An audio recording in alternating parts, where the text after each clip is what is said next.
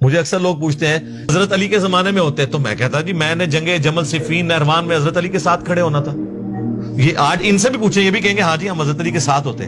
تو سر اس زمانے میں آپ ان لوگوں کے خلاف تلوار اٹھانے کے لیے تیار ہو جاتے، تو آج ہمیں زبان بھی نہیں کھولنے دے رہے. سب سے پہلی بات تو یہ کہ جو بندہ سوال کرتا ہے نا، جو بندہ سوال کرتا ہے، میں نے اس کی بہت ساری چیزیں نکالی ہیں. وہ خود ایک روایت کو مد نظر رکھتا ہے، اور وہ ایک روایت کو مد نظر رکھ کے وہ یہ کہتا ہے کہ اگر اور مگر کرنے والا شیطان کا دروازہ کھول دیتا ہے.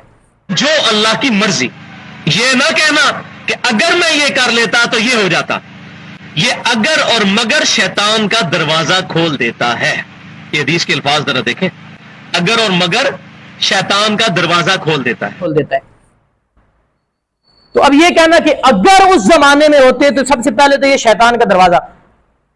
تو جو لوگ یہ کہتے ہیں نا کہ ہم اگر اس زمانے میں ہوتے تو ہم ایسے ہوتے تو ہم ویسے ہوتے، اس زمانے میں وہ ہوتے تو انہوں نے عبداللہ بن سبا کے لشکر میں ہونا تھا. اور ہم کیا کہتے ہیں، ہم اگر اس زمانے میں ہوتے تو دونوں جماعتوں کی جب جنگ ہو رہی تھی تو صحابہ کی ایک بہت بڑی کثیر تعداد ایسی تھی جو دونوں سے ہٹ کر ماورا تھی، اور وہ صحابہ کی جو بڑی جماعت تھی وہ اس چیز میں دعائیں کر رہے تھے بیٹھ کے کہ یا اللہ منافقین کی سازشوں سے یہ جنگیں ہو رہی ہیں، یا اللہ اس معاملے کو ختم فرما، اور صلح کی کوشش کر رہے تھے. ہم ان صحابہ کے ساتھ ہوتے. اور وہ لوگ جو کہتے ہیں کہ ہم اگر ہوتے تو تلوار اٹھاتے، اگر ہوتے، انہوں نے عبداللہ بن سبا کے ساتھ ہونا تھا.